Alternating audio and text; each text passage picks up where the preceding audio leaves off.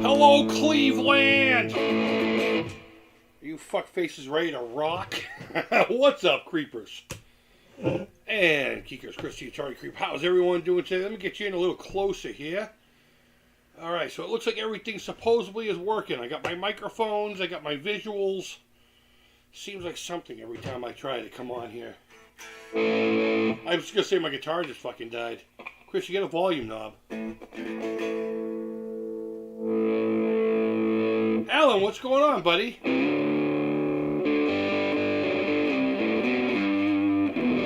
you hear the guitar all right? Is anything muting out? Can you hear me fine?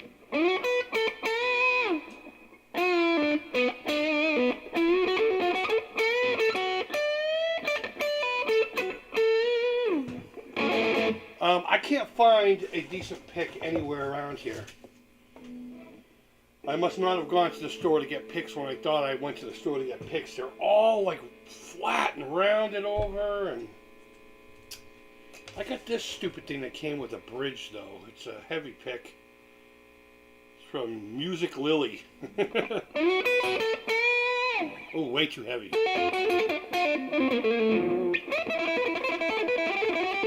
Oh yeah, choppy, huh? Nope. We'll go with a flat. I'll go with a flat pick before I'll go with that.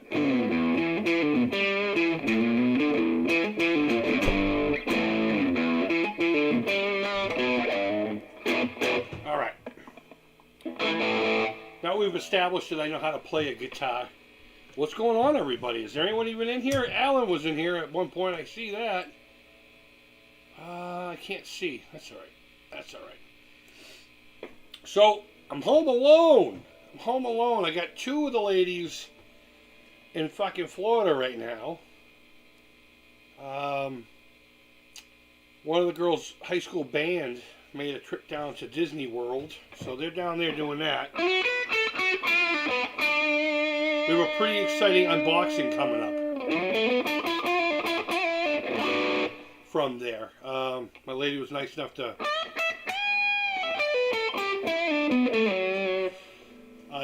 pick up an extra special treat for me. So we'll be having a look at that here soon enough. The other daughter's out with her friend. It's really just been her and I, which is great because that daughter, she's kind of like that cat that your friend says they have, but you've never seen it. You've been going over there for years, and you've yet to see this mysterious cat that they have food out for in a litter box, and it has poop in it. It has poop, but you know.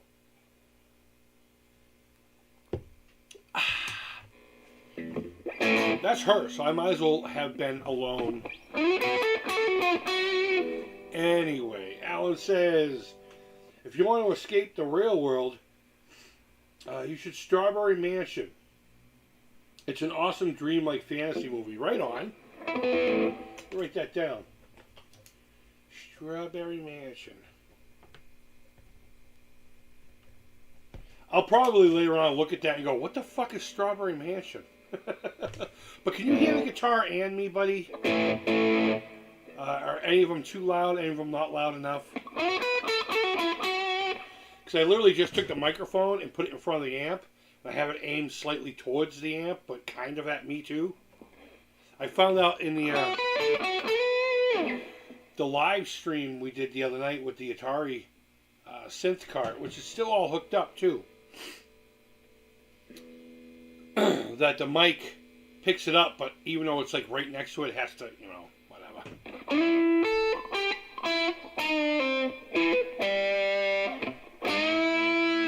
Okay, Alan says they're both equal.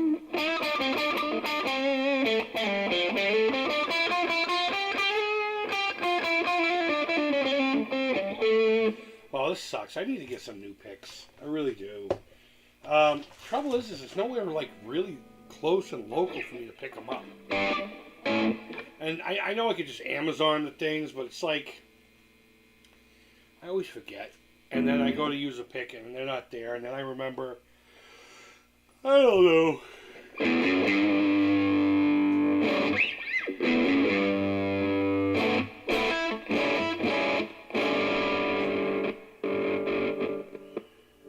replace these electronics too. We've been talking about Seymour Duncan has a psychedelic set for the single coils here. That's eventually what I'd like to put in this. And then get a nice wiring harness with a 7-way switch. Or push-pull. Whatever's clever. I just dropped the pick too now. It's going to be one of them fucking streams. That's going to be one of them streams. Oh my goodness gracious. But as far as the Atari synth is concerned, since we did that live stream the other night, that was awesome. And hopefully you guys got to watch the highlight reel. I really just wanted to highlight all my burping and stuff, and there wasn't as much as I seem to have remembered. But regardless, I'm thinking about, I left it together because I'm thinking about actually putting together a video and ask you guys to push it to Ben Hack or whatever the fuck he calls himself. Basically, I'm going to show what I got and what I would like to turn it into. And then, you know, pray that it gets either shared enough or he gets tagged in it enough that maybe he will take it on as a project. And again, if he does, it's not like I want it to be a one and done. I mean, if he can make it a thing for other people with the cart, awesome. That would be even better, you know, get more people out there using their Ataris for more than just playing video games and doorstops, you know. So I think I'm going to put together like a little almost promotional video, kind of like a please. I don't have the tech skills nor the fucking money to really do any of that. I don't have the fancy box making machines and the laser cutters and all that crap. I think it would be great content for him. Great product to add to any site that he has, I suppose. Get rid of the gain.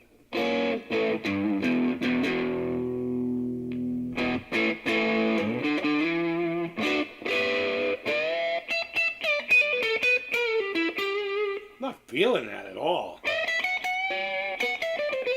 In fact, that sounds horrible.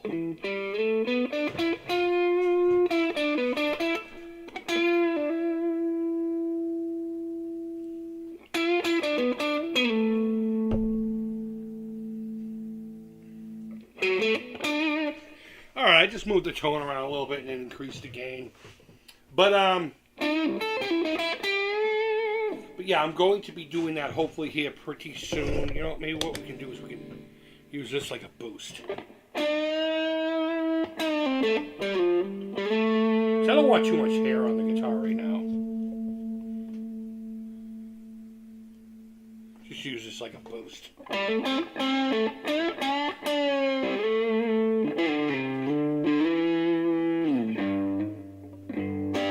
There we go. There we go. That sounds pretty cool. Okay, so getting back to what I was trying to say. But yeah, I think I'm going to make that here in the next day or so. And hopefully that'll get some positive reception. I really want to start making music with that thing. But I know with those two little game pads, and we've talked about it a bajillion times, just not going to be able to do it, you know? So if he could help me out with that, that'd be awesome. So I'm going to put that video together, and hopefully I can get enough people to bug him about it. And him and I can collaborate, or he could just do it himself, and, you know, whatever. And hopefully I'll benefit from it one way or the other. Not so much like subscriptions and stuff, but as far as having a unit together that I can literally just pick up and play and have an outgoing speaker or something like that. That would be super rad. Try the guitar pick brand called... I know all about Totex. Can never say it. As a matter of fact, they used to have this one pick that had like these little bumps on the side, and it had like this little swoopy thing here. I used to get those all the time. They were just comfortable in my fingers. Now the scrapey part wasn't any good, and you were supposed to be able to emulate like a 12-string sound by using the bumpies. Never really worked great, but it was really good for going, you know. There we go. Much better. Much better. I used to use their 72 millimeter. The green picks are 72 or 73. I can't remember. These are just Dunlops. 72 or 73. I can't remember. But hey, a television gamer, what's going on, buddy? Thanks for coming in.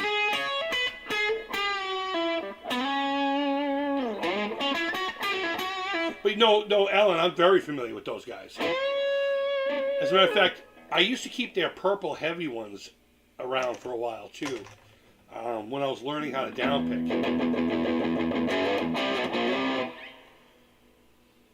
Yeah.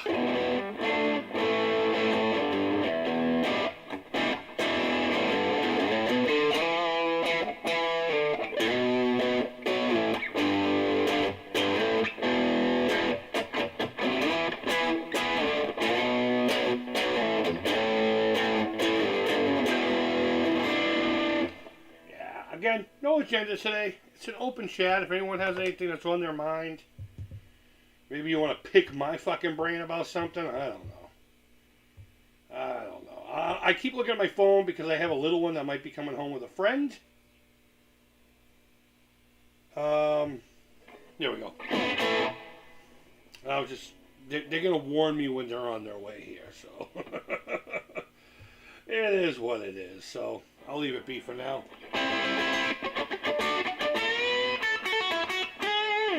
So I got another guitar body here. If you don't follow the Creepy Crawl, I traded a guitar body for this. It was originally like green. Yeah, you can see the color here. What it was. And it's kind of got that cross between, I would say, well, it's definitely more Jackson inspired than it is Ibanez. But I think the pickguard is going to be very Ibanez-esque. I've put a few actual Strat-style ones against this, and it's not even close. Not even close, especially down here. Actually, I picked up some materials today to make a pickguard for it. I'm going to be making it out of birch.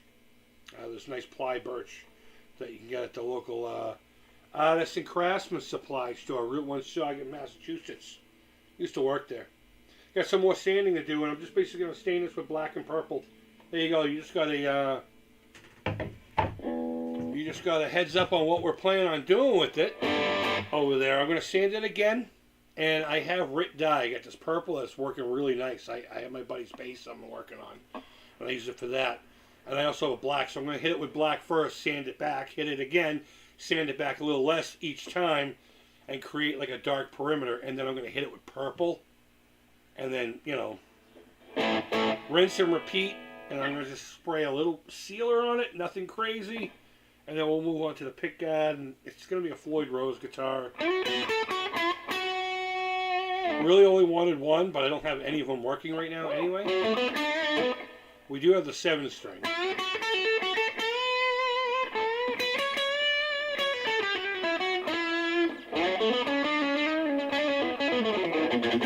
Fuck this pick, man. I normally have like 3 or 4 of them right here. I don't know what the hell happened to them all. Maybe I fucking eat them at night. Maybe I go out on the porch and they get mixed in, because I always keep like snacky things over here for when I get fidgety. I don't sit here and snack all day or anything. But I got a couple of options on this chair next to me. Maybe I ate them with that. I don't know. I don't know if you noticed this, but Doritos brought back the taco flavored ones. The original ones when we were kids. Obviously, it's probably going to be like a short time. And I remember thinking to myself, I probably don't even remember what they taste like. So I'm going to take a bite of this and pretend I remember so I can compare it. And I was probably going to go, nope, doesn't taste anything like I used to. As soon as I opened the bag and smelt it, it really hit me. I'm like, oh my god, Sega Genesis, Atari 2600, Master System. And those fucking Doritos, until of course, Cool Ranch came out.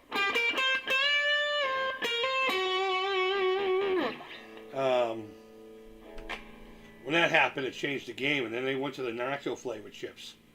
I don't like them as much. I miss the old Doritos, and I'm glad that they brought them out just for a little bit. But Jerome, what's up, buddy? Jerome says, hit the likes. Hit the likes, people. Do the stuff to make the things happen. Thanks, buddy. I appreciate that.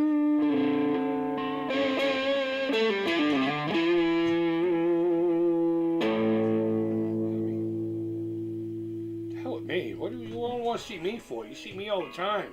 Don't you want to look at this magnificent specimen of fucking... of wood and metal? Wood, metal, and plastic. Let me fix this.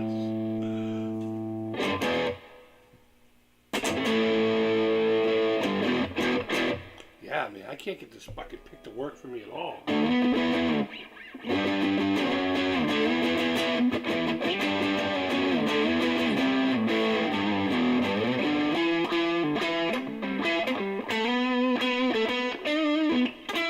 Oh man, can you hear it?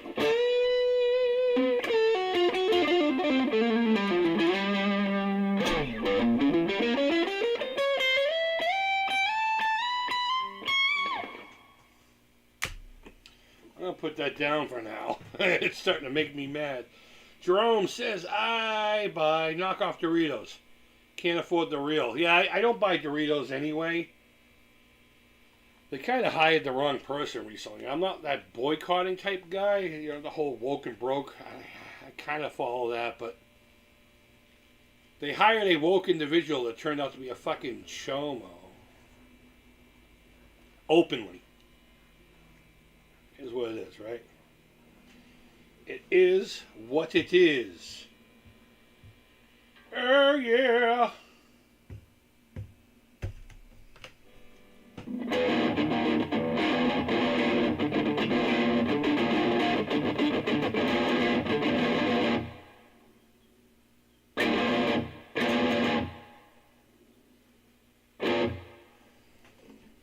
Can you tell I'm fucking bored?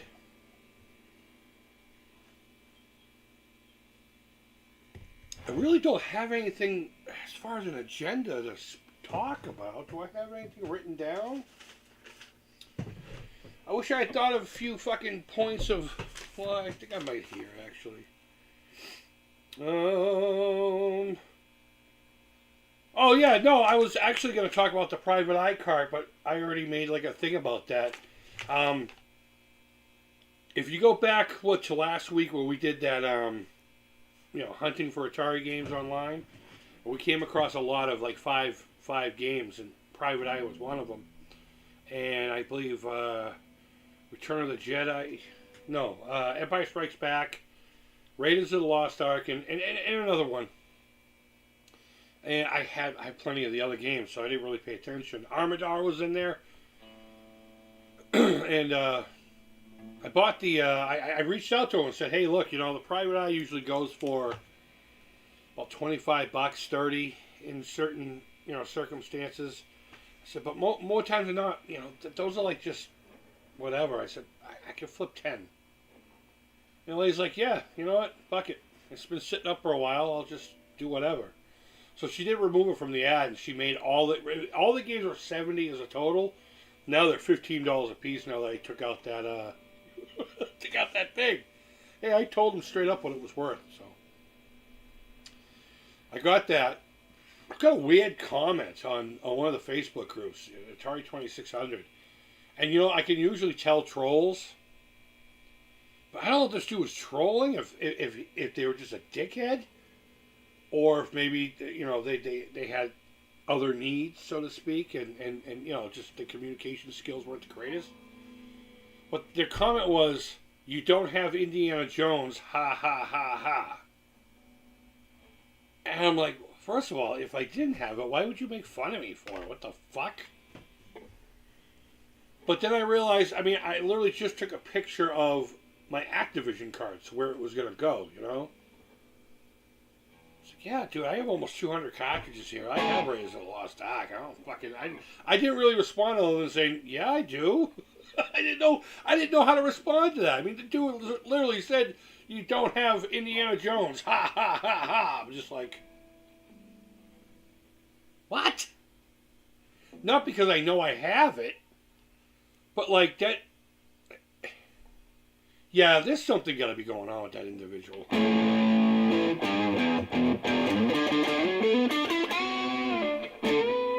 And it could just be like a communication thing.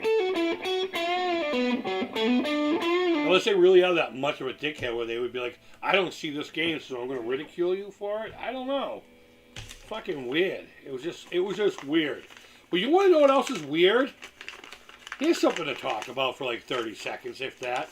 I do have that written down here. So let's go back to the movie Christine.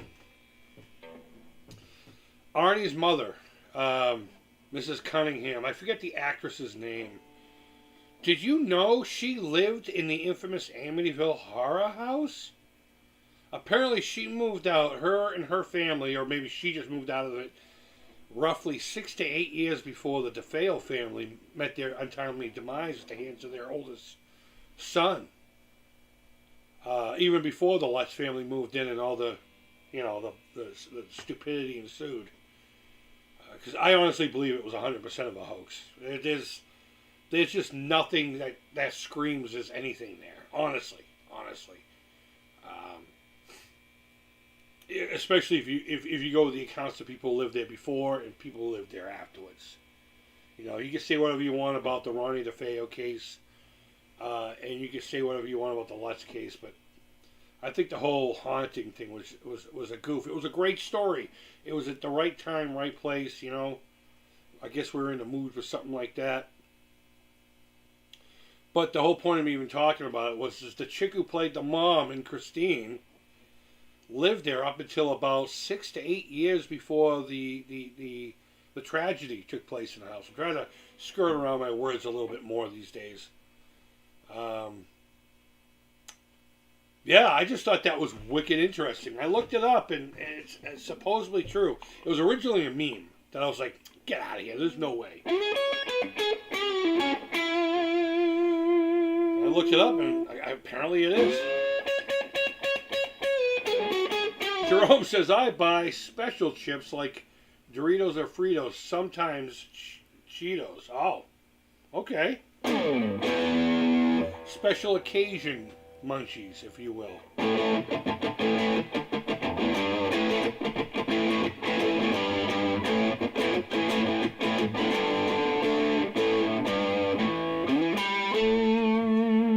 This is what I normally keep on hand.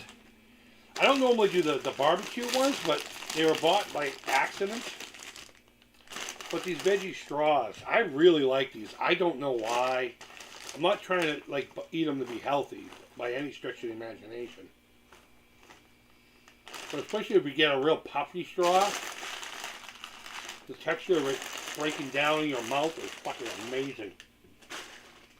Every time I put one of those in my mouth, I say to myself, now I know how all those white women felt. Ah! I screwed that up! Oh well. There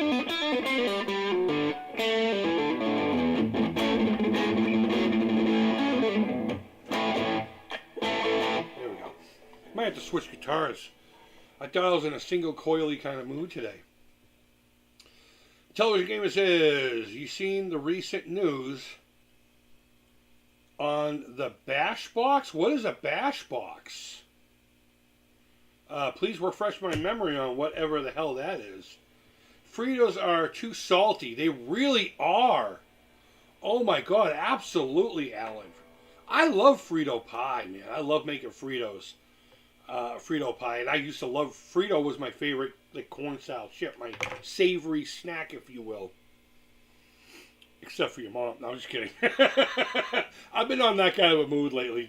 Your mom. As a matter of fact, I messaged my lady the other day with a beautiful mom fucking poke, and she just completely just ignored it. And I called it out. I'm like, really? Really?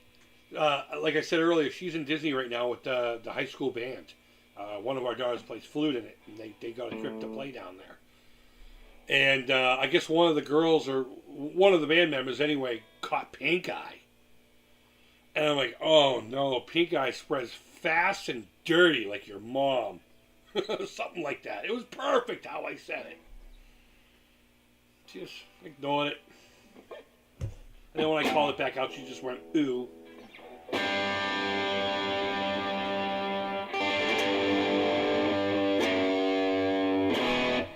Cape Cod kettle chips used to be my jam too when I had stones in my mouth. Those actually hurt my mouth.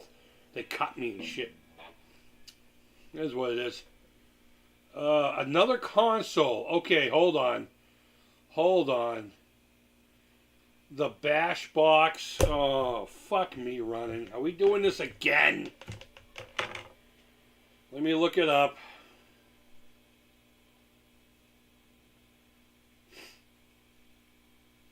Oh, the word scam is already being attached to it. Like the first thing. Oh, Smash JT, of course. With his fucking thumbnails. You know, I put myself in the thumbnails too because they do tend to get a little bit more, appeal, so to speak, whether you're ugly or pretty or making fucking stupid faces. But if you ever notice the ones I actually do make faces in, I'm like kind of like making fun of people. Hopefully it comes across that way as satire. Especially when I'm wearing like masks in them and shit. That's all done by design. Oh man. Oh wait a minute. This is like over a month old now, huh? Okay.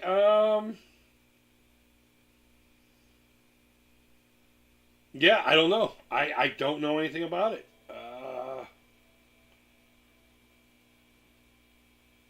I mean, I guess I could set up the stream so that we could fucking watch videos about it. Let's see. Bashbox scam. Next video. Nobody cares about this. Next video. It's a picture. Oh, of course, because it's Smash. Of John Alvarado, Smash JT, and some darker skinned individual with a beard and glasses in the middle. I have no idea who the fuck that individual is. Oh man, Bashbox. BGS. What is BGS? Is that the company or whatever? Guys, I don't keep my ear to the ground on these stupid things, but is it something that you want me to look into and talk about? I will. I don't know. They just partnered with the Amico. Did they really?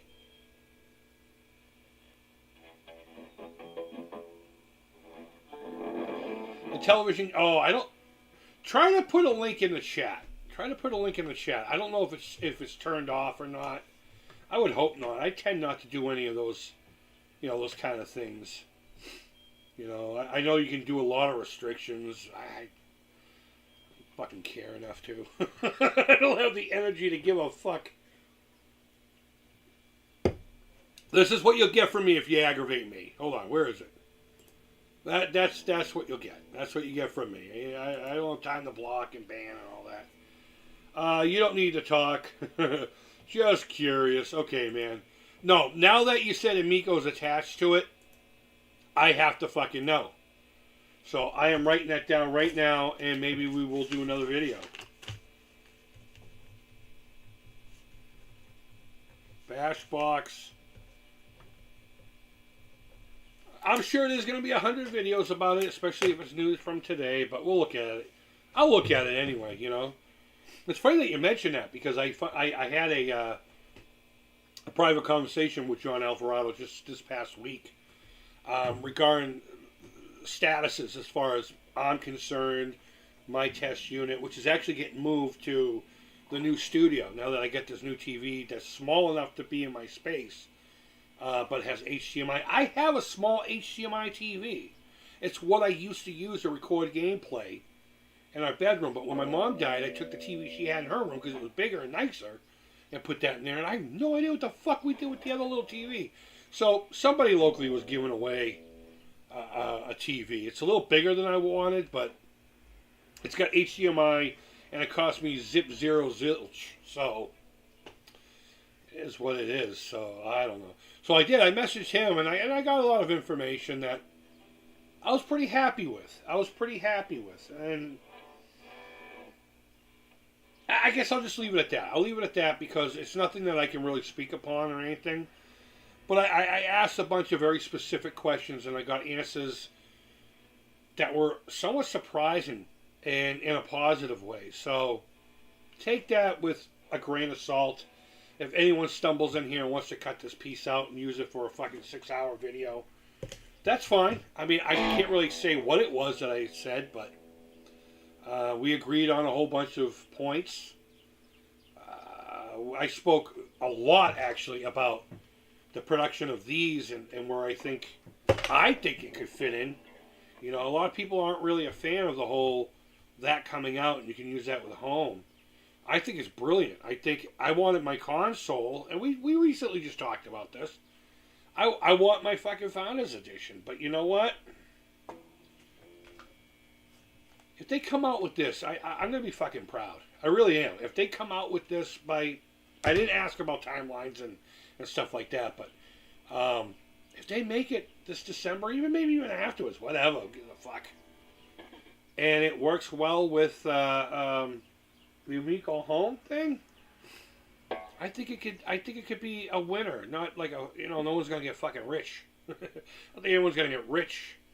But as long as it comes out, it works well, and they market it properly, regardless of all the nonsense that we have stirred up over the last 4 or 5, whatever it is, years, 4.5 years. I think it could do okay.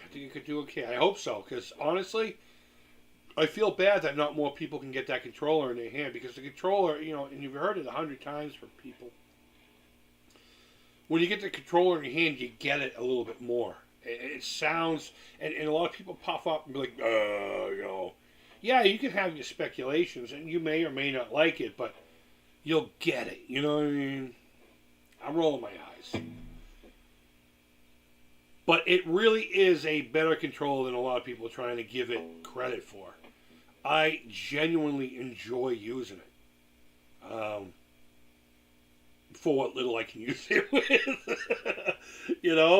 And hey, fuck it. If the games come out on another thing, and I was telling them I want to play Moon Patrol. I don't have it on my test unit, and I'd really like to play it with that again. That would be fucking awesome. But we'll see. But now that you were talking about that, he didn't bring that up at all. I was just talking more personal, as where I stand with the testing phases and timelines, and I didn't get quite any information on timelines. More specifically, when does the unit got to go back? I'm preparing for that. If it even happens, I don't know. I honestly don't know. For all I know, it could just be hey, thanks for being a good guy or something. I don't know. Hang on to it. But yeah, no, it's funny that there's some kind of a weird update like that, because I just got done talking to him about my role anyway.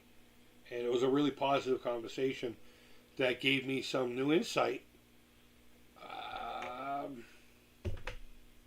that surprised me in a positive way.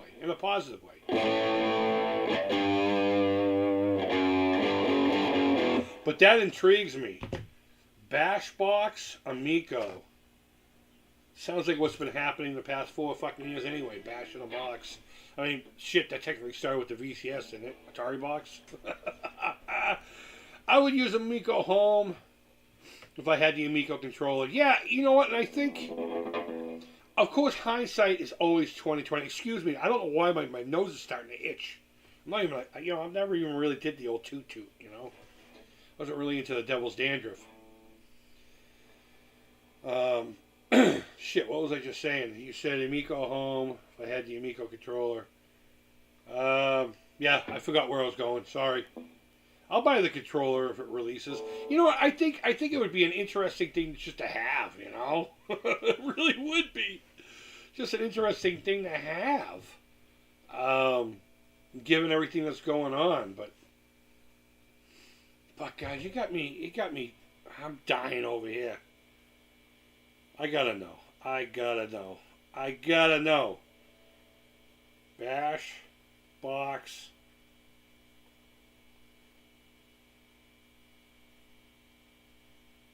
Oh, okay, yeah. 20 minutes ago. That's Smash JT, my good buddy there. I'll watch his video. I'm not subscribed to him anymore. And I'll tell you why. Again, it's got nothing to do with Jeff at all. I just don't like his style of video. That's all. He could be anybody else on the planet. He could be somebody I know. He could be a relative. And I would still feel and do the same thing about it. And once in a while he'll come up with a topic. I will watch it, but for the most part, I kind of ignore him. The way I look at him is like, let's say we're talking about Amico.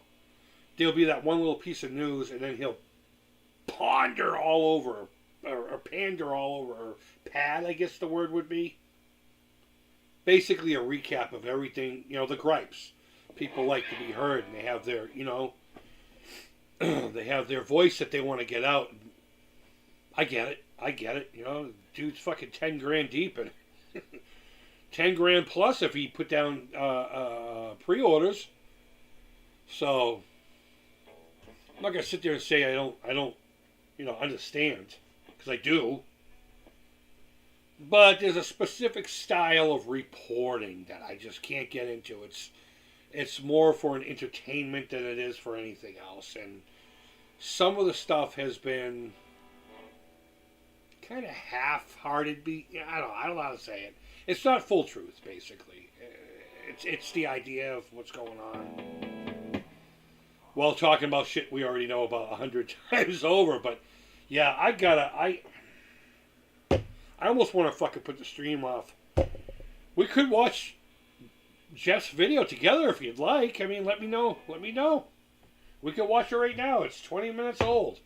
I could put you on standby real quick. Well, actually, no, because I'm going to have to go into the thing and set it up. But hey, Chet, what's going on, buddy? How you doing, my friend? Bashbox. Have I talked about that? Like, remember that wind-up thing, the play date? I forgot that even existed, like, a week after I made my initial video about it. Or, I should say the last video I made about it. I think I made, like, two of them. Yeah, I don't know.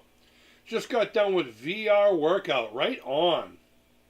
Actually, that's not a bad idea. I need to find a way to... I've been going out and walking lately.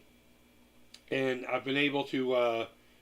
I've been choosing my menu a little bit more, reasonable health-wise. So I've been trying to get a little bit better at all of this. I'm actually doing a lot of big changes around here. Not just like with my behavior or eating or anything like that. I'm getting rid of a lot of crap. I just got a ton of boxes for free. One of those Home Depot large boxes. And I'm putting a lot of my stuff in it. Like, I got this giant coffin-shaped shelf over here with tons of Mego figures and like a little E.T. shrine. A lot of that's going to go away. A lot of the action figures and toy things are going to go away for a little while. I'm going to try to thin down what I have to its basic core and get back to the super glue modeling that we talked about in my most recent video. I actually have the idea of my next project right here. And I'm not going to show you or tell you any more. But I'm gathering small pieces here and there, Sweating in VR. Sweating to the oldies on VR. Yeah, you know what? Richard Simmons in VR? I want to see that. Holy shit. Him and Slim Goodbody. I always confused the two growing up. I don't know why. It's awesome. 1,000 calories per workout. Best. Oh, okay. Right on, man. That's awesome. I don't do the calorie thing. I don't.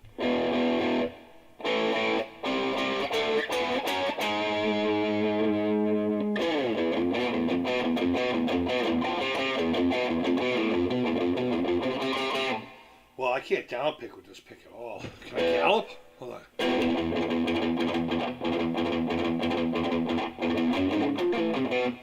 No, I gotta run up the guitar center. The reason I don't get picks and strings, like I'm all out of picks and strings right now, is because I'm instant grad when it comes to those things, and we talked about that earlier. But it's like Guitar Center is such an obnoxious place for me to get to. First of all, you have to go up this highway called Route 1, which is a fucking pain in the ass. And then you got to trudge back on 114 towards Danvers, and it's just that 114 strip right there. There's a lot of lights, a lot of on-ramps and off-ramps, and a lot of business happening. It's always a pain in the ass. It really is. You could die after 3 hours. Oh, no. Oh. Doing what, Jerome? What are we talking about here? Dude, shit just got serious, man. Oh, man. Do you use Ibanez TS?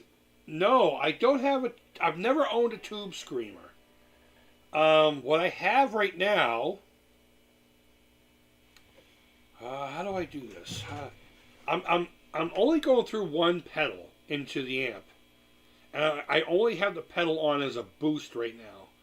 It's called the Trick or Treat.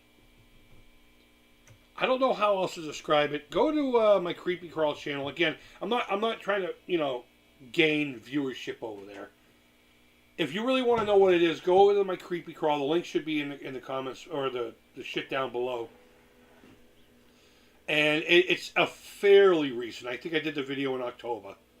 It's a custom-made pedal made for me by one of my customers over at the art place when I was still working there. He came in looking for spray cans. We sold Montana, black and gold. Great line of paints. And he was telling me that he does custom pedals and enclosures. The pedals are kits themselves. The board. He gets them from some website. I talk about it all in the video. And I told him, I'm kind of looking for a dry pedal that's a little special, a little different. And he said, I just made this one for my friend, and he loves it.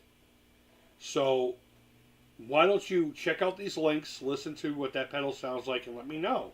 And for like $100, I got to design how it looked and everything. He literally just did it to, he likes doing the art part of it.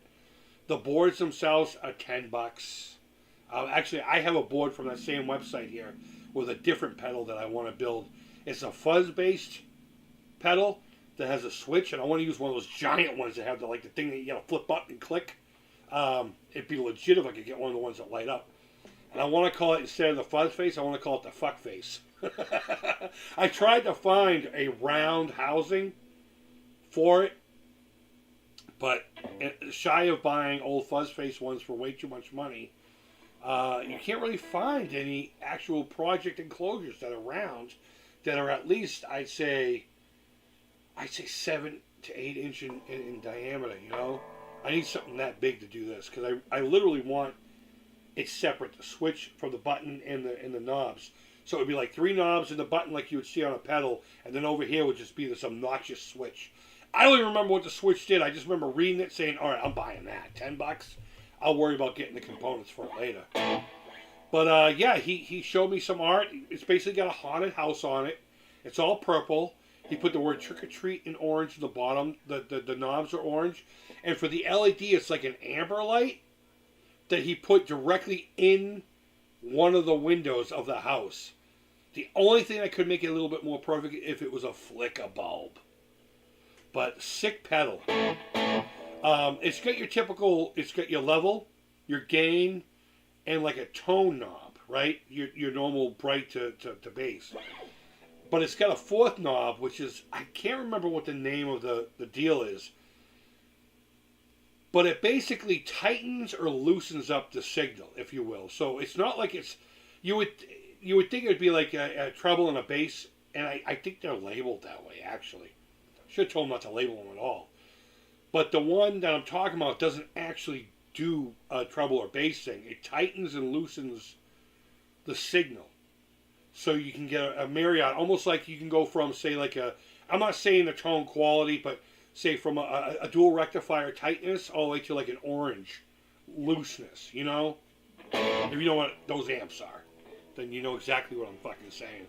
It's a really interesting pedal. I would suggest going over there and looking at it. It would be too much of a pain in the ass for me to pull it, I mean, I guess I could do it real quick for you, but yeah, it's a really nice pedal. And what's great is, depending on the guitar I put into it, it's very sensitive. Every time I put a guitar into it, I have to tweak it a little bit. The amp stays fine, I have my amp at a place where it's locked in for everything I got right now, which is pretty easy because my amp literally has gain, master volume, tone, and a button to turn the gain on and off, and a reverb. So I don't even have the EQ. I have one EQ knob, and it's perfect for that. It's a little valve amp. It's a little tube amp, 6L6s. It's called the Studio 10 by Black Star, I think.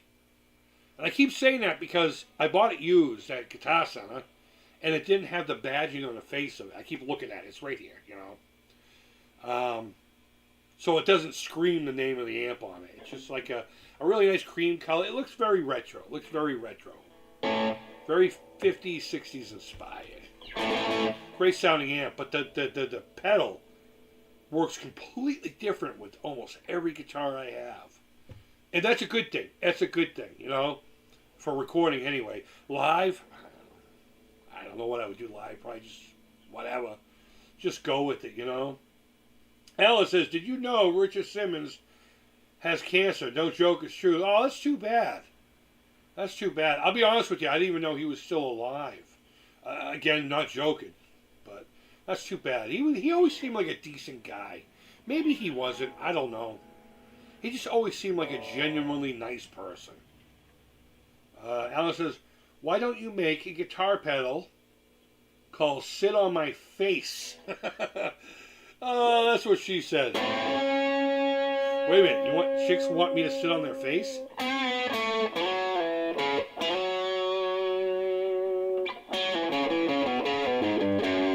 So, I just turned the pedal off. And it just took a little bit of the hair off of it. I have it more of a thickener and a boost right now. The pickups in this guitar are garbage. They may sound okay, but I guarantee you, if I put this side by side on a guitar with decent pickups, not even great ones, you could tell. This is a USA-made PV Predator. Back when they were actually made in the States. And they're great quality. The necks on these, I'd buy them all day long for the necks. I got this one for free. Some lady just put it up on the marketplace for free, and I drove all the way out there during the pandemic, grabbed it. All I did was I put new tuners on it, not expensive ones. I don't think I paid $25 for them, and they've been holding up amazingly. And I 3D printed a knob. For it. It has, you're not going to be able to probably see it, but the sticker here on the pickguard is a big vinyl wrap sticker. It's the Haunted Mansion wallpaper. And it has that weird skull face with the long deal here. That's what's on the tip of the 3D printed knob. You just can't see it very well. The knobs themselves that came with it are greened over, so if I wanted to use these for say a Gilmore blackstrap, I already have that going for it. But that's all I've really done to is add a few stickers. Actually, I removed a lot of stickers from it. But the pickups in these are ceramic, which is not necessarily bad. But in this case, they're very hairy. And not in, like I said earlier, with the, let me take a little hair off of this. That means like a fuzz. In this case, it's like a wool sound. Like a warm, I fucking hate them.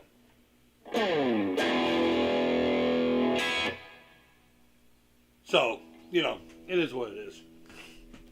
I really want to replace these. Actually, somebody locally has a set of Fender Tex-Mex pickups for $40 right now. And, like, that's, like, right now, just that much out of my fucking wheelhouse as far as expendable, you know, cash is concerned. I haven't worked in a little while. I've been slowly getting rid of a few things here and there. Thank God for tax season, but we're going to be getting back on the fucking road again, so to speak. And we'll be able to get some things going on, hopefully, soon. But I would like to upgrade this a little bit. I got to do some fret work. The edges, there's sprout galore on these. And I've never done anything about it. In fact, my hands have rounded them over a little bit. It doesn't hurt. In fact, I almost probably think I'll miss it. You know? But you can feel it. Not like the sharpness of like the round over, but they're literally sprouting out on the edges. So I have an angled file that's specifically made to knock that down. But one, I don't know where it is. And two, I might not even still have it for all I know. What do we have here? Terra Destroyer. Terrot. Why are the pretty ones always insane? They are. John Lennon signed the band divorce decree. Okay, cool. Terrot Destroyer. I don't know. Is that like a robot thing? Are you a real person? Those are probably the most random fucking things I've ever had in my strats. Well, if you're a real person, thanks for coming by. I appreciate it. I like knowledge. Village Resort, 1607 Seas Drive, Lake Buena Vista, Florida. Cool. I know somebody's down that way now. Rush riffs. Never got into Rush. I always associated Rush with the fine, astute individuals in the basement playing Dungeons and Dragons.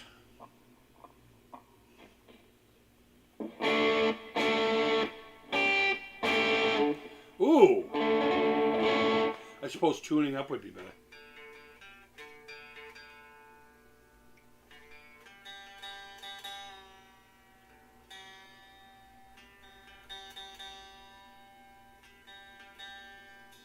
You know, it's funny, I just said that the tuners were holding up.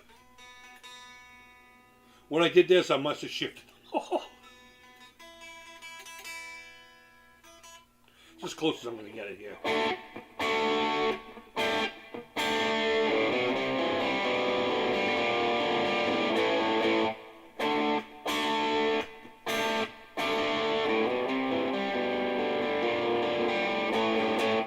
And the only reason I know that riff, Jerome, is because I had to play it in a stupid cover band. Along with... Hold on.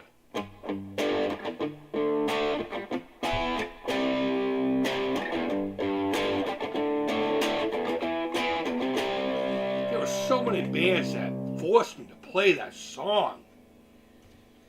And that's when I said to myself, well, if I had to play Green Day in any of these fucking bands, as soon as I hear that, I'm just like, I'm gone. I don't care if I'm walking into $1 million situation. Well, okay, that's different. Like if Green Day called me up and said, will you come play our songs? I'll sell out, absolutely, to be on stage. And have a few bucks for playing my guitar, absolutely. Sign me up. I will sell out instantly. But if the band's not called Green Day, I ain't fucking playing Green Day songs. Me too, I saw them in concert. You know, I like a lot of Rush songs. I just don't like Rush. There's something about Geddy Lee's voice that gets old real quick, to me anyway. Kind of like Styx. I love the Grand Illusion album. But there's only so long I can listen to that voice. And I put Rush in that exact same. Wicked talented musicians. I think a couple of them get a little bit more accolades than they really should as far as their abilities are concerned. The two that are still around, I'll just say that. I think they're excellent musicians, but I don't think that they're the brilliance that everyone tries to put with them. They had a brilliant drummer. You know, Geddy's really good on the bass. Singing leaves a lot to be desired. Lifeson is a fantastic guitar player, but I don't think he's, you know, I don't want to say not mind-blowing, but he's not changing anything, you know? He's not creating anything. I don't know how to say it. He is making new songs, but what I'm saying is he's not changing anything in the music industry with his playing, aside from certain guitar models, you know? I never thought in a million years he would have a Les Paul with a Floyd on it. Here we are. You can buy that. It exists, so... let's see, amazing three-man band. They really are a great band. You know, I'm not sitting there saying that they aren't talented at all. They are wonderfully talented individuals, all three of them.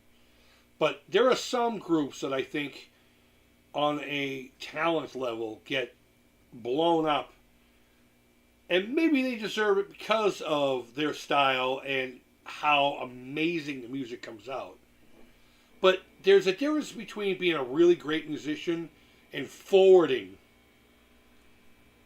Like Eddie Van Halen's going to be a really bad example because he made that jump instead of it being a gradual thing.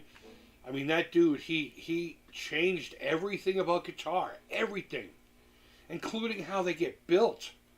I mean, I don't think there's a single human being on this planet besides Les Paul himself, maybe even Leo Fender, that has done for electric guitar that Eddie has. I mean, and that's what I think about when I think they haven't brought anything new to the table. They've made wonderful music, and they're incredible artists, but I don't think anything they did really brought anything new to the table. And that's the case with most bands, most musicians. But the level at which people, talk about their musicianship, I think tends to step a few steps a little too high. Again, opinion. That's the great thing about fucking art in general, I could look at the same painting as you, and we could come away with completely different, and that's what I like about it. That's why I love art, I love making art, but I also love seeing the different interpretations. There's nothing wilder than having your piece of, like a painting, on display. Or even one of my props, Someone comes over and starts talking about it in a world that you would never have even imagined. And what it does is it opens up your existence, your creative existence. It's pretty fucking wild how people interpret things. And especially if you are the creator, it's pretty fun. It's pretty fun hearing how other people interpret what you make. Be it positive or negative. You gotta be into both, You don't necessarily have to like the negative, but you have to be open to it. Unless you just want to be a smart ass like me who snaps back. But that's YouTube. That's what I'm here to do. I'm here to be a weirdo. Oh my God. Working Man. Yes, absolutely. That was a song I was playing, I believe, right? Yeah. I admire them for being a tour band. Yeah. A band that's a tour band has more respect to me than anyone who would cut a bajillion albums in the studio. I think that's where it's all about. Yeah, you can listen to records. You can listen to MP3s. Your Spotify. Your fucking Spotify. I still don't even have a Spotify. I don't even know how to use a Spotify. I'm sure it's simple. I give no shits for it. None. I'm very selfish when it comes to how I listen to music. You know what? I'm that partner in bed that wants it all my way when it comes to listening to music. In that, I don't have 100,000. I have to listen to it in a certain way at a certain time. You know what I mean? I can't just listen to a playlist. My little hockey puck that you say her name as she wakes up and you ask questions and all that. I have 2 or 3 different playlists on there. Hardly ever use them. I'm always adding songs to them. And I always randomly just ask for, like the other day I listened to Abigail by King Diamond, the whole album. And then the next day I'm listening to shit like Steppenwolf. The Pusher came on. I was listening to some 60s psychedelic stuff. And the Pusher came up. Actually, I think they were playing the Easy Rider fucking soundtrack, but let me put on my glasses and get to all this typing you guys are finally doing. And I'm over here ignoring it. I'm like, no one's talking to me! And then when you start talking, I ignore it with my stupid fucking anecdotes about nothing. So many British great bands. Absolutely. The British bands, they had this specific grit that I love that's very reminiscent of like the Boston bands of the 70s.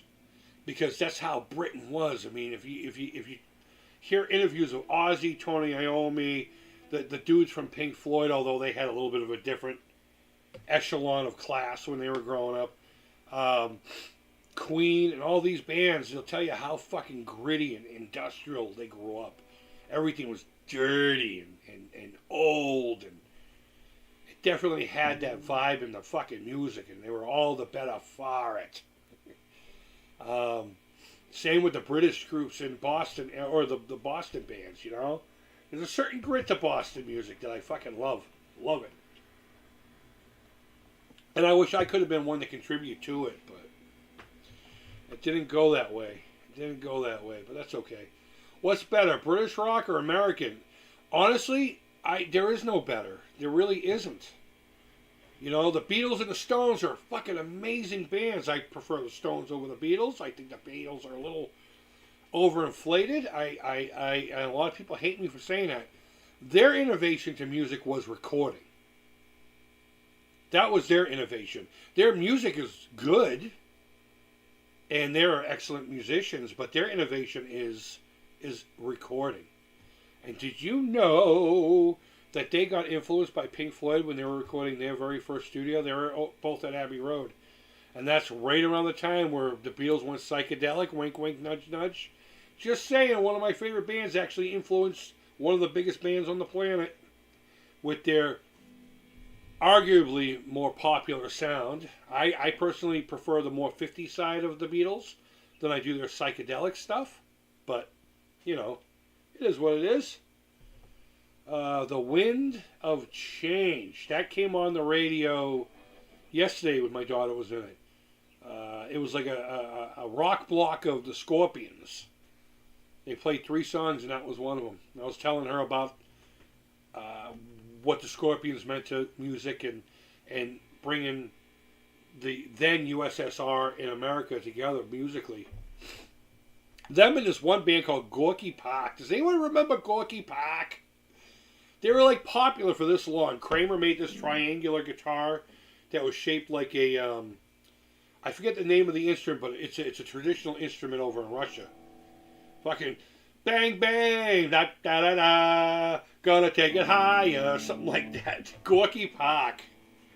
What a fucking weird band. The Pusher, yeah, that was the song that came on, man. God damn, The Pusher. Yeah, everyone's walking around with tombstones in their eyes. What a great line, right? What a great line. Pusher don't care who lives and who dies. So much good, Jet says. Absolutely. Arnold Lane, period, Floyd. I love all periods of Floyd. I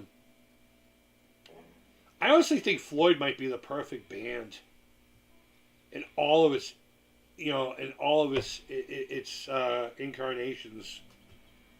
Whether you're talking about the early Sid days, or you're talking about the days where kind of Gilmore just kind of kicked back, or when Gilmore kind of like took the place of, and then eventually took over.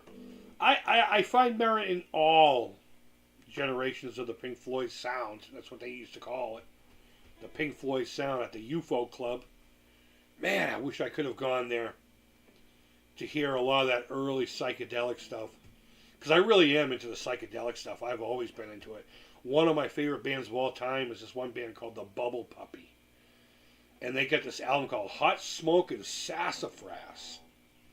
And I first heard them on Sunday mornings on ZLX. They had Psychedelic Sunday Morning or something like that. And I remember hearing that song, the title track, Hot Smoke and Sassafras. I'm like, yes! That's what I want to take mescaline to. But yeah, let's see. I've been listening to Rainbow lately. Rainbow's pretty cool. I never really got into them. Not for any other reason than I just never did. But yeah, absolutely. I say, goddamn, The Pusher. Yeah, dude, that is a great song. That is a great song. The singer from Firehouse just died. Rest in peace. Not a fan of a lot of the hair bands, but yeah, that's sad to hear a fallen brother in the music world is gone. I remember they did fairly well, Firehouse. You know, they didn't hit the likes of like Poison and Winger and like Dawkins and stuff, but Bon Jovi. But yeah, they did fairly well for themselves, if I remember correctly. They were like part of that like second or third wave of hair bands. That's too bad. Rest in peace, buddy. Rest in peace. Let's see. I've been listening to the Rainbow. We heard that. So much good. Arnold. Okay. White Rabbit, dude. I did a TikTok. My TikTok's all about art. So if you want to go there, it's Million Macabre Art. Look it up. And there's a psychedelic filter. And I put it on and I started doing the...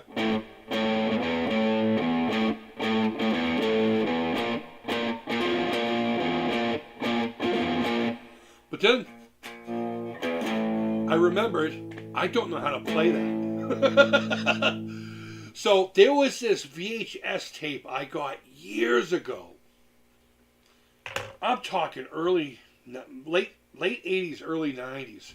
It's right when you could get there was a Metallica one, Learn in the Style of, and there was a a Van Halen one. I think there was a White Snake one. There was definitely a Nirvana one eventually.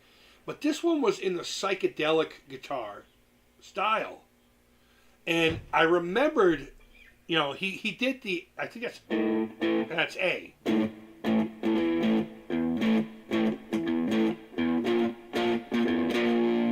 But he ended up playing something, oh my God, why is this getting so muddy? I hate these pickups so much.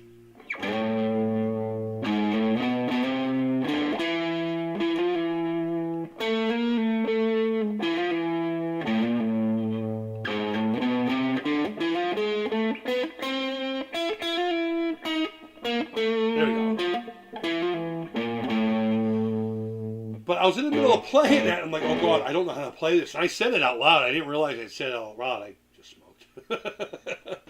And Freedom Rock. Who remembers Freedom Rock? Does anybody remember that? All I'm going to say is this. Hey, man, is that Freedom Rock? Turn it up, man. If you remember what that is, you are a friend of mine, honestly.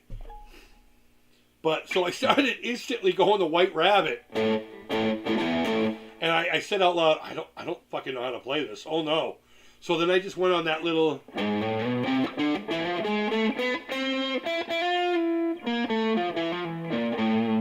it worked. And then I did a diminished, something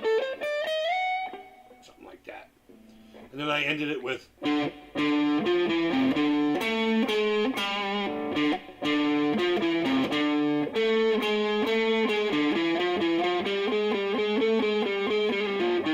Oh, I fucked that all up, that ending, but...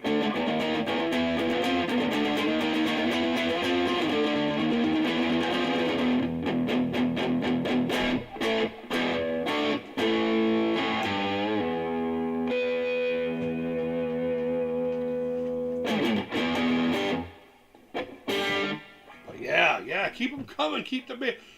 Journey's instrument called... I don't like Journey at all.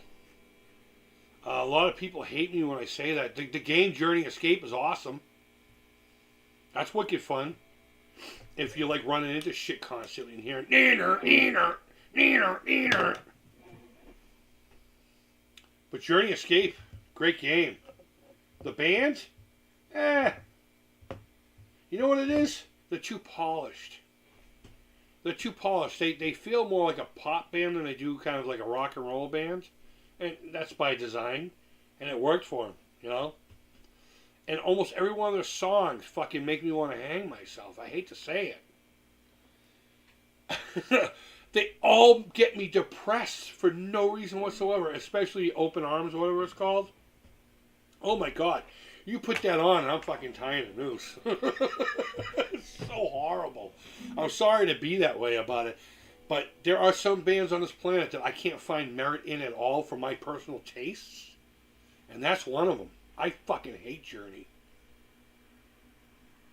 Yeah, I'm going to stick to that very strong statement. I fucking hate Journey. I think the singer had a great voice. Perfect band voice, perfect frontman voice, I should say. And I'm pretty sure that had a lot to do with their success. The band the band was good. They're good, They're not bad. They're not fantastic. They're just a really good band, They work together well. But I think Perry, or whatever the fuck his name is, what was his name? Was it like Joe, not Joe Perry, that's Aerosmith.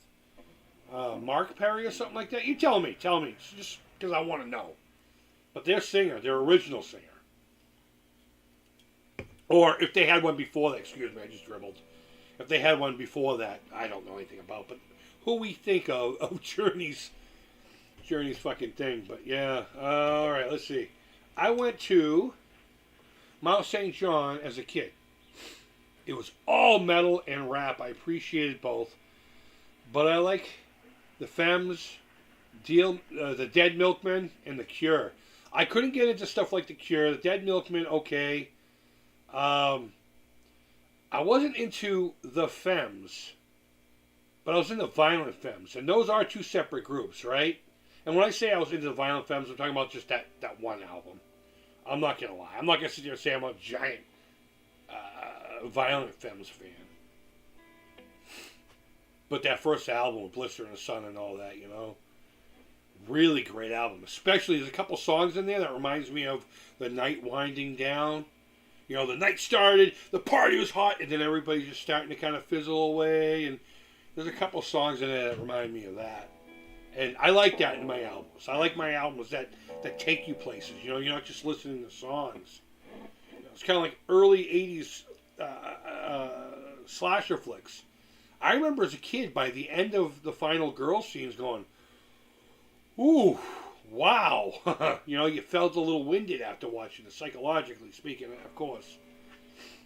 I like albums that do that, My former boss at the art place used to say, I can't listen to music unless it confronts me. And that guy listens to a lot of fucking music. I mean, he's one of those cats that has a lot of vinyl. Crazy.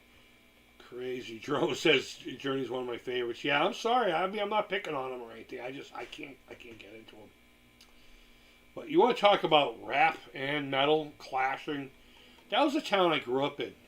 Melrose was a bunch of white kids who thought they were inner city gangsters. You get your Eazy-E's and your NWAs and your and fucking Ice-T, and all these bands and the movie Colors and a bunch of these fucking middle to middle upper class white kids fucking cocking their ass back, and they called themselves the fucking Heat, and it was a fucking joke.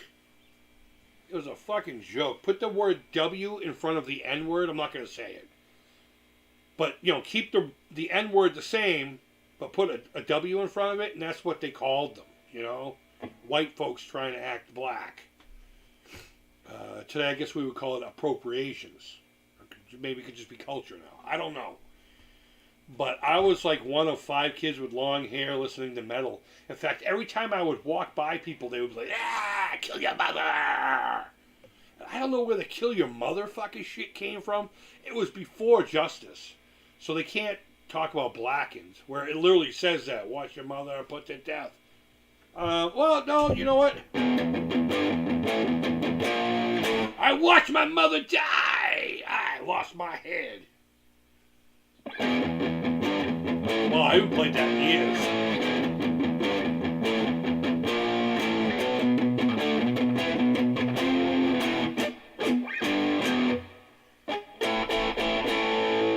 New wave of British heavy metal. God, I was all about that myself. Saxon, Iron Maiden, dude. Oh my God.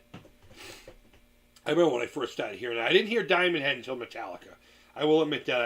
I'd never heard of Diamond Head until I heard Metallica. Actually, Blitzkrieg is a song I heard them play first.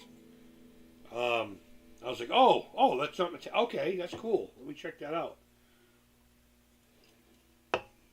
But yeah, it was just a bunch of kids who were listening to rap and gangster rap, thinking that there was something, special. The type of kids that would go into the combat zone downtown, which was our old Chinatown, and fucking instantly cry for mommy, when they see what it's really about. Going down Blue Hill Ave in Dorchester, get the fuck out of here with your heat ass. Get the fuck out of here. That was the real shit. These guys just fucking took pictures in front of police cars, and it was actually it was gross. It's so gross. It was in the fucking yearbook. I think 1993 or 1992 yearbook. I was 1994. But it was in one of their yearbooks. It was like literally the heat all wrapped around this police car, and the cops were, get the fuck out of here. Your parents make more than half of my fucking neighborhood do. Yeah, alright, kid. Let me hear about your tough days on the fucking streets of Compton. David Bowie. When the Wind Blows. Yes, David Bowie, man. I didn't get into him, but goddamn was he a talented artist. Man, there was just something about him that weirded me out visually. It was like this weird uncanny valley about him. And I don't know if it was his femininity, and that part doesn't bother me. I don't care about any of that. Gay, straight, whatever. George Carlin said, the line's crossed. Gay, straight, it's all the same. And if taking a shot in the mouth gets me a few miles down the road, so what? What movie's that from? I mean, that was That was ad-libbed. That was ad-libbed. But there was just always something about him visually that always bothered me until he got older. I'm weird. I know. And every adult will try to talk you out of liking metal. You know what, dude? Except my parents. The rap we listened to was like breaking. Yeah, me too. I loved Run DMC, bro. I swear to God, I got Raised in Hell, right? I saved up my money and I bought Raised in Hell. That's the album with like Tricky and Walk This Way and all those. And I had this like a little boom box. And I would, just like you would watch the beginning of a fucking 80s fucking movie where the dude gets out in the porch and he makes sure his shoes, and I put it up there and I hit the play button, and in my head, a movie. I'm in a fucking movie. And it's like, it's time to walk around, it's tricky. This little fucking dude in his dad's fucking little boom box that was maybe 2 feet long. Listen to the Run DMC. Get the fuck out of here, you fat little white kid. Actually, I didn't get fat until high school.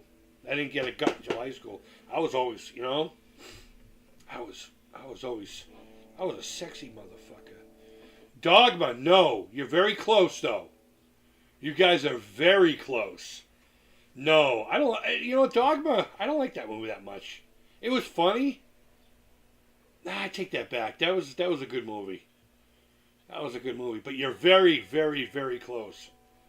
I saw Run DMC with Aerosmith. That's awesome. I never saw that show. I did see Public Enemy and Anthrax together.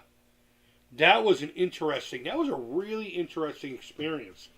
Because we had just come off of, if I remember correctly, the heels of Rodney King and an individual who recently died, who may have unalived his ex-wife and her boy toy. I think we're coming off of that too, a little bit. No. Maybe just a Rodney King thing. Because, yeah, I wasn't in high school when the Simpsons stuff happened.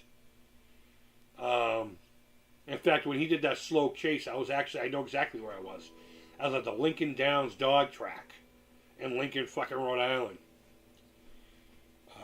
Stuck there because my then future in-laws family drove us, and I'm not a gambler. I don't like gambling. I'll throw some money at the lottery when the numbers are big, but I'll bet on a thing here and there. But scratch tickets can be fun as long as you get to do something. I don't like the whole I almost won. There's an 8, but that's a 9. You didn't fucking almost win anything, you dummy. It's printed the way it's printed. It's not like it was an almost 8. That was always going to be a 9. I fucking hate degenerate gambler fucks. Those idiots in the fucking store. You just want to get gas. Those fucking douchebags like, let me get 3 number 3s, 2 number 6s.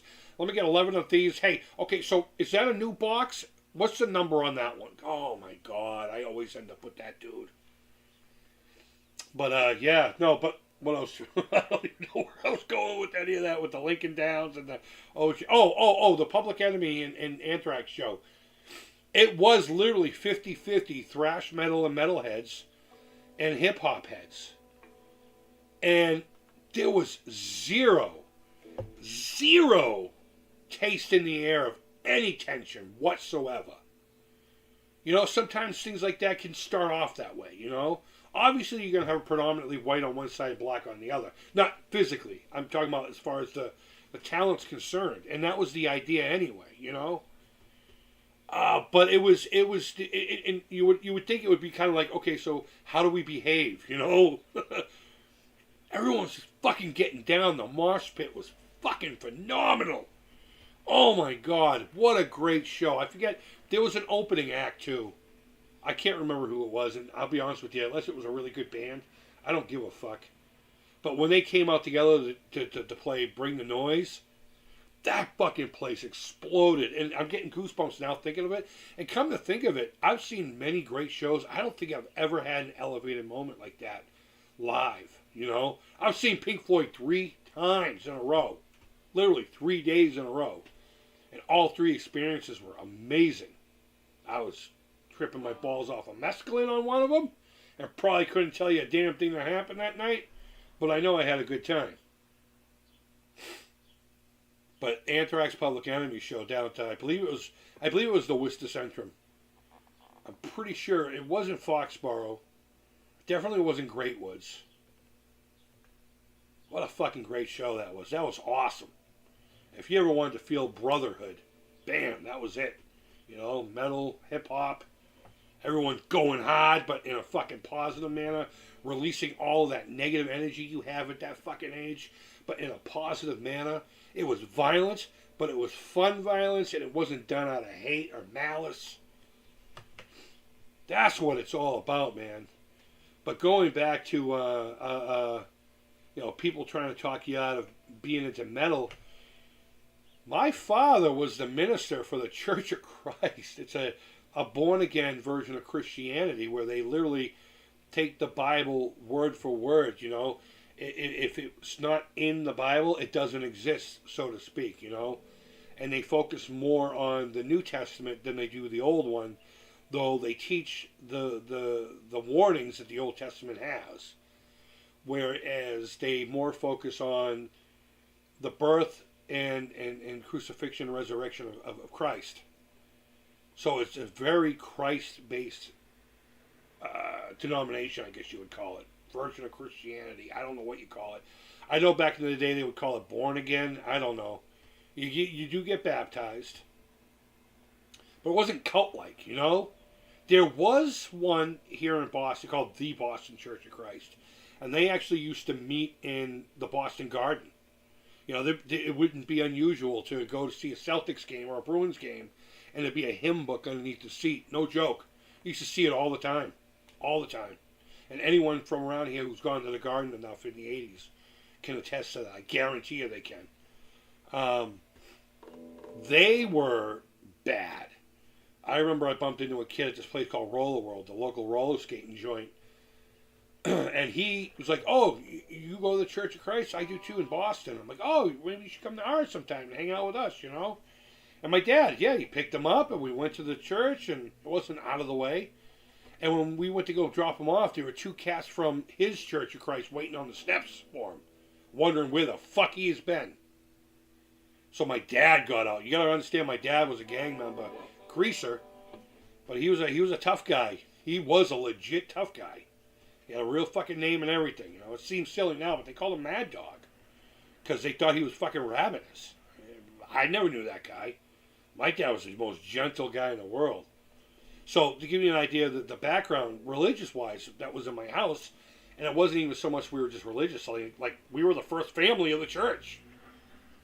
My dad never really said anything about my music. I remember one time I was listening to Slayer Hell Awaits, and I think it was,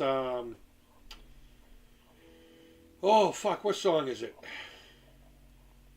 Well, of course, the title track, Hell Awaits. I mean, they say, "I'll crucify your so-called Lord, and he soon shall fall to me." You know, he hears stuff like that, his ears perk up. But there's a line in one of the songs, I can't remember it for the life of me, where it says, "Kill the preacher's only son and watch the infant die. Bodily dismemberment, drink the purest blood." And he heard that, and he was like, "Okay, hold the boat. Hold the boat." And he came into my room with the Bible. This was the beauty of my fucking father. And this is why you need to donate to the Alzheimer's Association, link down below. Never use Super Chat for donations. Money should never go through me. At all. And not just because of recent events. I've always proclaimed that. So he sat down with me, and he's like, "Look, I heard some of the words," and he was a note taker. And he wrote down a bunch of stuff he had heard over the course of however long, right? That he was concerned about me listening to, rightfully so. And he said, "Look, this is what God has to say about stuff like this." And we talked for like a good hour and a half, hour 45 minutes. But it wasn't, he was just saying, "Look, this is what it says, bro. My job is to educate you and give you the tools to build your own foundation. Or I'll give you the foundation, but you got to build your own soul, basically, you know?" That's as far as I can go. If this is what you want to put into your noodle, all the power to you, kid. But understand that A, B, and C is there. And there are consequences for certain things. And him and I discussed the music and the lyrics and I was more about the angry music than I was the lyrics. And he understood that, but there's also a case to say that subconsciously your mind is being inundated with this. So I believe it does have an effect, especially if it's a lot of real negative, preachy shit. But going back to the idea of the parents, he would rent me videos like Hell's Bells, The Dangers of Rock and Roll. I'm sure a lot of you know that from the Satanic Panic days. Lived right through the whole thing. I was that prime age for everything Satanic Panic in my bedroom. Dad, you bought it for me though, bro. But my dad was really fucking cool about it. He really was. He made fun of my music sometimes. He came from the doo-wop. Doo-wop in the 60s Motown and stuff like that. He went to sock hops. I'm going to see fucking thrash metal shows at the Paradise Rock Club. Or at the Channel. Oh my god. Any of you guys... Chet, did you ever go to the Channel? Are you old enough? Yeah, you are. You're older than I am a little bit, I believe. I believe you got like 2 or 3 years on me. Did you ever go to the Channel? Oh my god. Last show I saw there was Voivod and Creator. God damn it, I love Creator.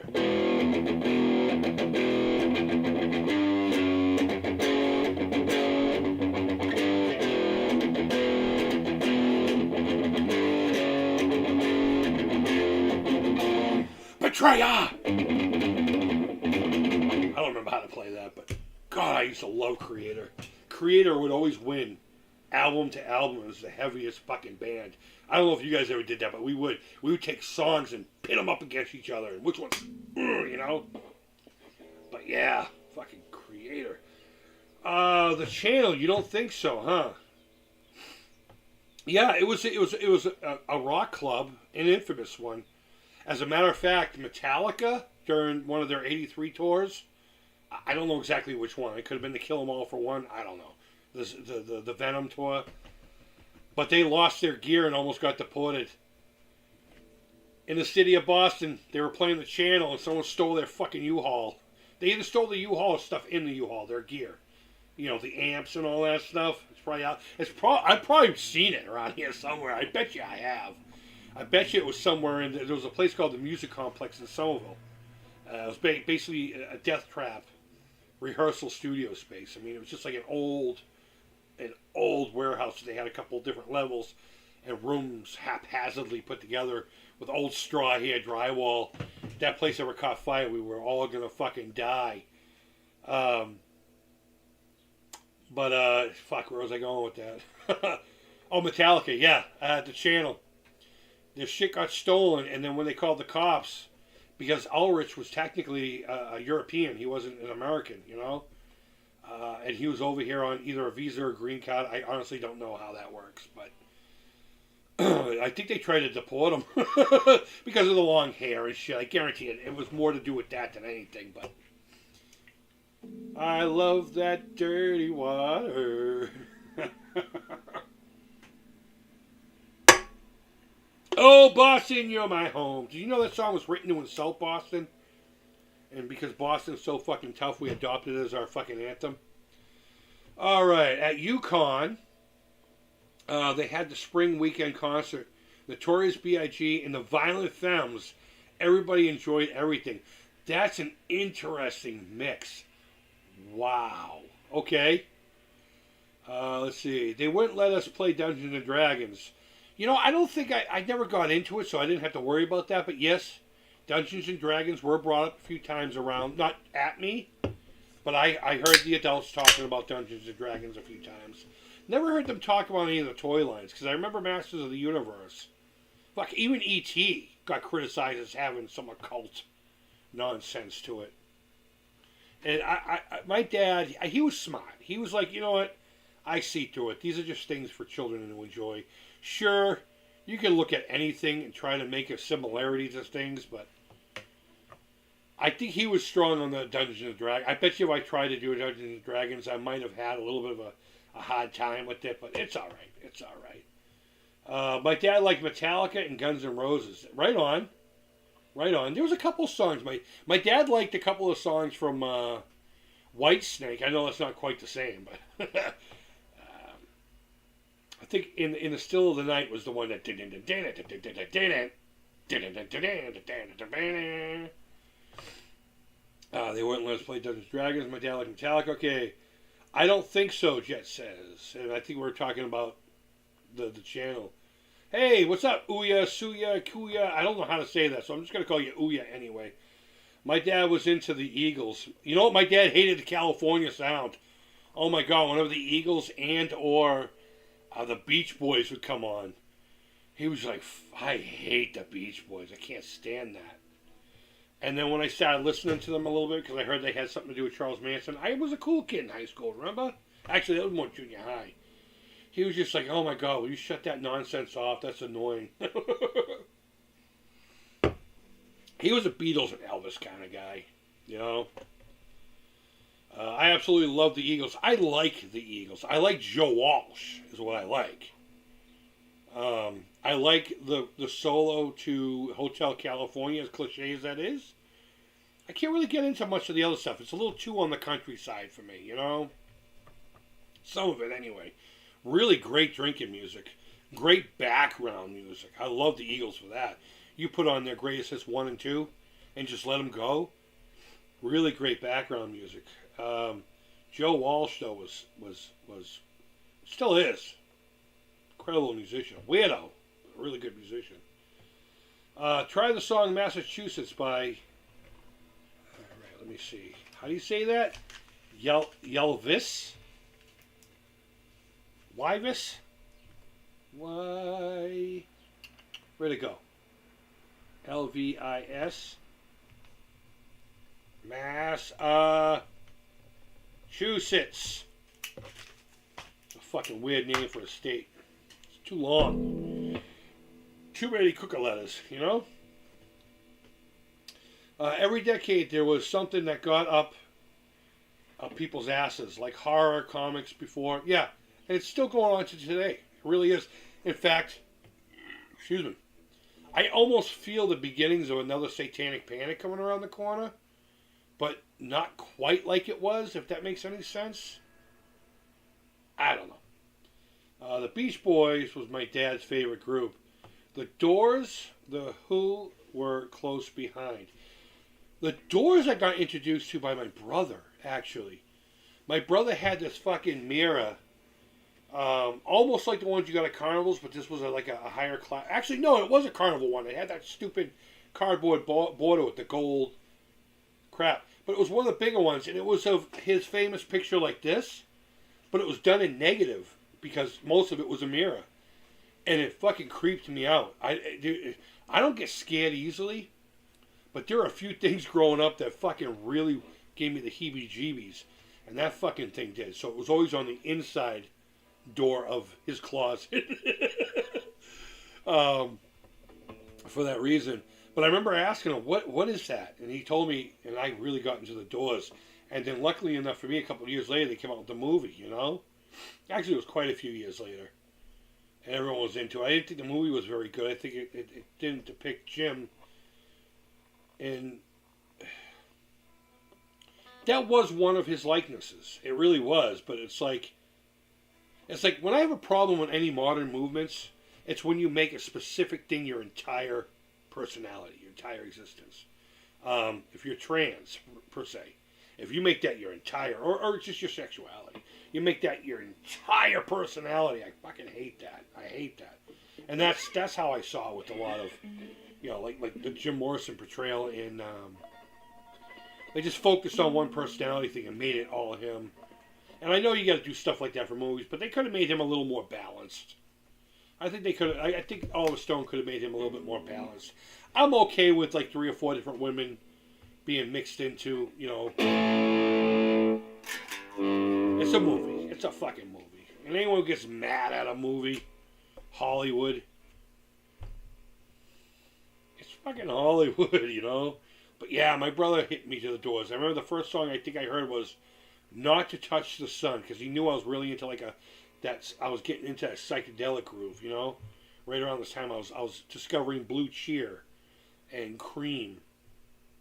And he was also a giant Aerosmith fan too, or still is. I mean, he's alive.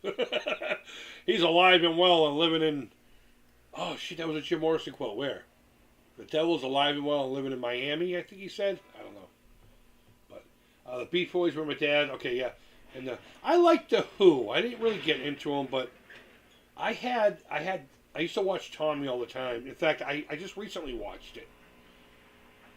And that movie's fucking disgustingly horrible. I don't know why. I loved it as a kid. Maybe I was just into the music and the weirdness of it. And whenever it would come on HBO or whatever, I watched it. I rented it a few times. But I watched it recently, and it's not even that it didn't hold up. It's just a horrible movie. There is nothing redeeming about it, even in some cases the music. But I did have this album called Electric Tommy, where it was nothing but the album Tommy, but done in synthesizer. Really rad album. I wish I could find it again, but oh well. I want to write something down here. Because I want to go back to that psychedelic VHS tape we were talking about earlier. Psychedelic VHS. Because going back to that, I will do it right now while I have it on my brain. We were talking about how there was like playing the style of Metallica and Van Halen, Nirvana, and all that. I got it with that. It was at Walmart, one of those little cardboard little things in the middle of the aisle. I can't find the existence of it anywhere. I found one copy somewhere for $100. Nobody's uploaded it to YouTube that I know of. I haven't checked in the last like 3 or 4 months, but I can't find it anywhere. A hard copy, except for that one for like $100. I'm not paying $100 for it. But I wish I could find a digital one. You know, I'd really like to watch that again for nostalgic reasons. But yeah, I never really got into the Who much. I like them. Don't get me wrong. I just for no other reason. Lucy, what's up, buddy? Oh, excuse me. Elvis, I think. I don't know what that means, Chad. I'm sorry, buddy. I'm sorry if you're responding to something I said earlier. My problems. Val Kilmer is Jim Morrison, doppelganger. He did a good job. He did a really good job. I'll give him that. I'll give him that. And if I remember correctly, if the stories are true, I believe he handed the director or somebody or someone from the band a tape with 3 songs on it. He says, if you can pick out which one's me and which one's Jim, then I'll walk away and I'll never bug you about doing this role ever again. And it turns out all 3 of them were him. And they thought that at least 2 of them were Jim Morrison. So, may not be the true story, but that's the one I heard and I'm sticking to it. But Val Kilmer did a great job, yeah. I think his biggest roles were that. Real Genius. I love that movie, man. I fucking love that movie. And, of course, Doc Holliday in Tombstone. I don't think he was a good Batman. Fuck that. I still love Tina Turner in Tommy. Oh, man, yeah.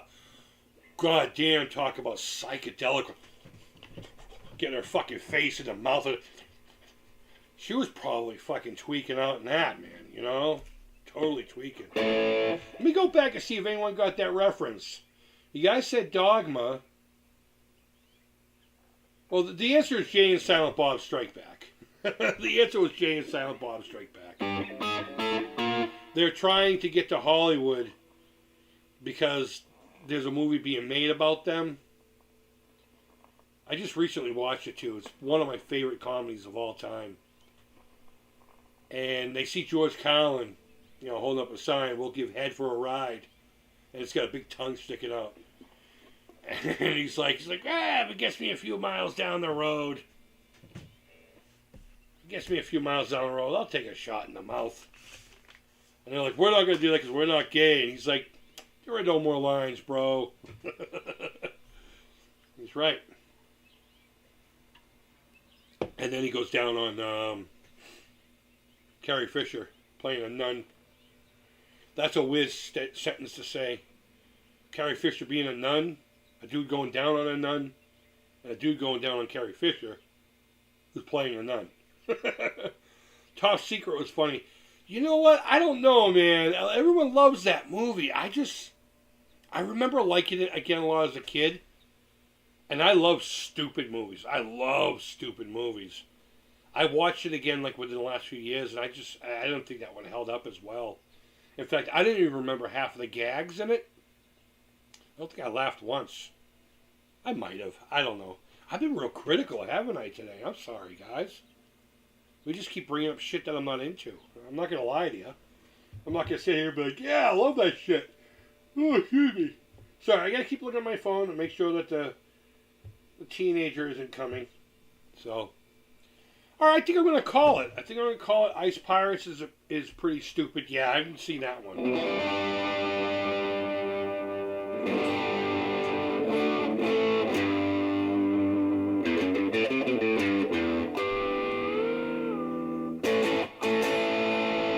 I'm going to look into Bashbox/Amico. And if we do another live stream here in the next night or so, I've been wanting to do a few at night. I've had plenty of opportunity to. But I was explaining to my buddy yesterday on text message saying, more times than not, and today is not excluded at all, when I do live stream, I think about doing it. And I think about doing it. And I think about doing it. And the day goes. And the time comes. And the day goes. And the time comes. And then just randomly out of nowhere, I'll make a thumbnail and just make it happen. And as soon as you see that it's starting soon, that's literally me panic hitting the stream.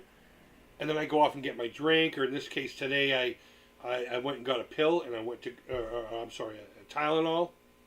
And I tried to find another pick. And I do it on a panic situation, you know. And I have to do it that way. There's a few I'll plan, but I can't be creative that way. Any other way, I should say. Any other way than just fucking panicking. So Carrie Fisher played a nun, mother, and MC Charles A. Oh, really? With Drew Barrymore. There's Drew Barrymore. We all grew up with her. She was born the same year I was. I think I'm like 2 months older than her. And we grew up with her. I remember thinking this whole time that she's super hot. And again, she didn't have much of a body. I think what it was is the naughtiness. I think she had a naughty vibe. And I think because we were all the same age and growing up with her, it was like, yeah, we got a naughty one in our crew. But DJ, what's going on, buddy? DJC Game Studios. Hey, what's up, Creeper? Just stopping to say hi before I gotta go out and paint my house. Don't forget. No, side. Lock wrist. Side, although you don't really want to do it this way. You want to make sure you're getting this, but paint the fence, do all this stuff, man. Only Kidding Studios 54. Studio 54, man. I would have loved to have experienced that. But yeah, guys, I'm going to take off. I'm just getting hungry here. Check this out. I'm finally trying that spiced Coke. The only reason I went with Coke products is because they were buy two, get two free. And I always get the zero sugar crap, and this stuff's going to be here forever. But they didn't have Diet Coke or Coke Zero, so I had to get Dr. Pepper, which is fine, zero. But I also tried the spice one. It's like a raspberry flavor. It's not bad. I wouldn't drink more than like 2 or 3 cans of it, but watch her very more from afar, from home, and tell me she's not hot. Far From Home, have I seen that? I don't know. I remember when she was in Firestarter. And again, it's that bad girl image that she had. Forget Poison Ivy. Forget that. That was when it got old. She was already on her fast track to Playboy at that point. But I'm just talking about like she was like the bad girl of the group, and we grew up with her, and we got to watch her be a punk basically. But yeah, no, she's cute. She's cute. I think she's really cute. I never looked at her as hot. I did have a crush on her. I had a crush on Punky Brewster. Can't think of any other young ladies. Alyssa Milano, I was more into her mom than her. How weird is that? But yeah, guys, I'm going to take off.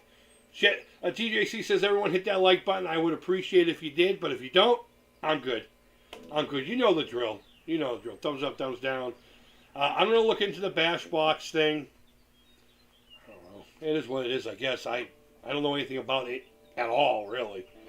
So since Amico is now in the working somehow, I'll look into it and see what's going on. I'll ask around. And if it feels like something I want to talk about, we will. If not, we will definitely be chatting here again pretty soon. about whatever it was I was mentioning about 10 minutes ago. But until then, guys, I hope you're all doing well. Thanks for hanging out with me this this afternoon. It's a gorgeous day out. I might just go out and go for another walk or whatever after I get something to eat. But guys, thank you always so much for hanging out. I really do appreciate it. I hope you're doing well. Until next time, take care, creep it real, and bye-bye. Fry played the Sabrina the Teenage Witch. She